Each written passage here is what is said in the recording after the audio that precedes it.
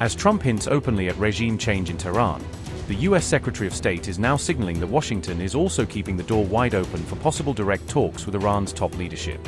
On February 14, Rubio told Bloomberg that President Trump would be willing to meet Ayatollah Khamenei himself if Tehran actively sought direct contact with the White House. Rubio added that Trump prefers to secure a nuclear deal with Iran rather than take the country down any path toward large-scale military escalation. These remarks signal a possible diplomatic opening at a time when US-Iran tensions remain extremely high and the risk of confrontation is constantly in the background. Marco Rubio told Bloomberg, and I quote, "I think nation-states need to interact with one another. I serve under a president that's willing to meet with anybody. I mean, to be frank, I'm pretty confident in saying that if the Ayatollah said tomorrow he wanted to meet with President Trump, the president would meet him, not because he agrees with the Ayatollah but because he thinks that's the way you solve problems in the world, and he doesn't view meeting someone as a concession." Defending the military buildup in the Gulf, Rubio blamed Iran's demonstrated willingness to lash out at US forces and interests across the region. However, the Secretary of State said that President Trump still prefers to reach a negotiated deal with Iran instead of resorting to open conflict. Rubio said to Bloomberg, and I quote, "Number one is I think it's pretty clear that Iran will never be allowed to have a nuclear weapon. That poses a threat not just to the United States, to Europe, to world security, and to the region. There's no doubt about it. The second is we obviously want to have forces in the region because Iran has shown the willingness and the capability to lash and strike out at the United States' presence in the region. We have bases because of our alliances in the region, and Iran has shown in the past that they are willing to attack us and or threaten our bases. So we have to have sufficient firepower in the region to ensure that they don't make a mistake and come after us and trigger something larger. Beyond that, the president has said that his preference is to reach a deal with Iran. That's very hard to do, but is going to try. And that's what we're trying to do right now. And Steve Witkoff and Jared have some meetings lined up fairly soon. We'll see if we can make any progress." Interestingly, back in 2019, Iran's Supreme Leader Ayatollah Khamenei flatly refused any meeting with then-President Donald Trump under any circumstances.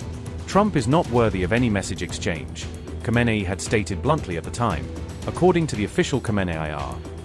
The 2019 remarks came during then-Japan Prime Minister Shinzo Abe's mediation visit to Tehran, when Tokyo was trying to ease US-Iran tensions.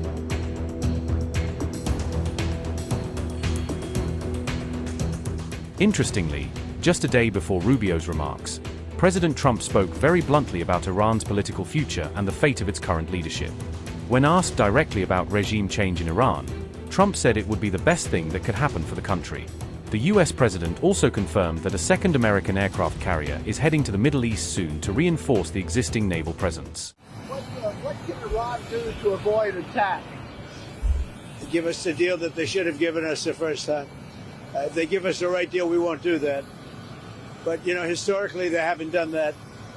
I will say they want to talk, but so far they do a lot of talking and no action. When are those talks, Mr. President? They've already started. Do you want regime change in Iran? Well, it seems like that would be the best thing that could happen. For 47 years, they've been talking and talking and talking. In the meantime, we've lost a lot of lives while they talk, and legs blown off, arms blown off, faces blown off. It's been going on for a long time. So let's see what happens. In the meantime, we have tremendous power has arrived. And additional power, as you know, another carrier is going out shortly. So we'll see it out. If we could get it settled for once and for all, that would be good. Who do you want to take over? What? Who would you want to take over? I don't want to talk about that. There are people. On February 6th, US and Iran held their first nuclear talks in Muscat under Omani mediation, restarting a fragile diplomatic channel. Iran said that these talks were indirect and limited strictly to the nuclear issue, with no wider political or regional subjects on the table. Iran's Abbas Araghchi said any real progress requires talks that are free from threats or so-called maximum pressure tactics. Donald Trump warned that failure to reach a deal with Iran would bring very steep consequences for Tehran. As per Reuters, a second round of US-Iran talks is now planned in Geneva on February 17th, keeping the diplomatic track alive for at least one more round.